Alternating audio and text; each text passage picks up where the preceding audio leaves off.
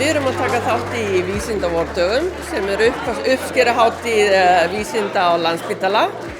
Þetta í 23. sinn held ég sem við erum að halda þessa hátíð. Hún var fyrst haldin árið 2001 og frá upphafi þá hafa verið 2 meginþema í þessari hátíð. Annað meginþema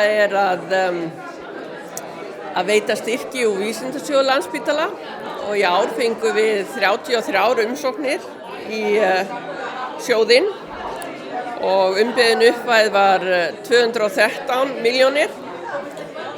Það var ákveðið að veita 78 af þessu 93 umsóknum styrk og með rúmlega 118 milljón króna framlagi frá vísindasjóði Landspítala og 7,5 milljónir frá minningagjafasjóði Landspítala Íslands, að þá eru veittir styrkir upp á tæpar 126 milljónir hérna í dag, sem hvort meira en minna en 25% meira heldur en í fyrra.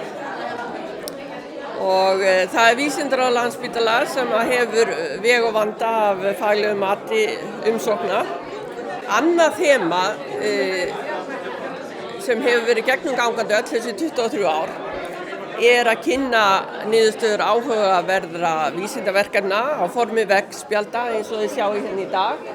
Það bárust 29 veggspjöld í ár og af þeim var ákveðið að verðlauna 2 með peningastyrk, styrk til að sækja ráðstefnu í útlöndum og kynna verkefnið.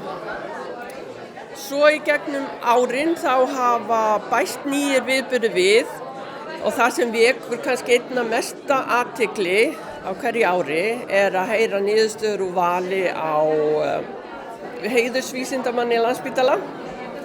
Kannski skiptir þessi viðburður orðið minna og minna máli vegna þess að það svo mikil gróska í vísindastarfi á spítalanum. Spítalinn hefur stækkað í gegnum þessa ár.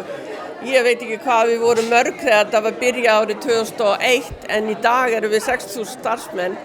Við getum ekkert annað en að þarna verið bjartsýn og haldi áfram og mér heyrist á öllum ávörpum í dag að það að fara að gefa í, að nú fólk að sjá að það þarf að fara að gefa í hvað var það vísinda á spítalanum því að þetta skiptir svo miklu máli fyrir ekki bara starfsmenn spítalans heldur líka sjúklinga á spítalanum að fólk sé að stundavísindi það þýðir að þú með það nýjasta sem að gerast í þínu felti, þú með það á hreinu því þú þarft að vera með það ef þú ætlar að stunda vísindi.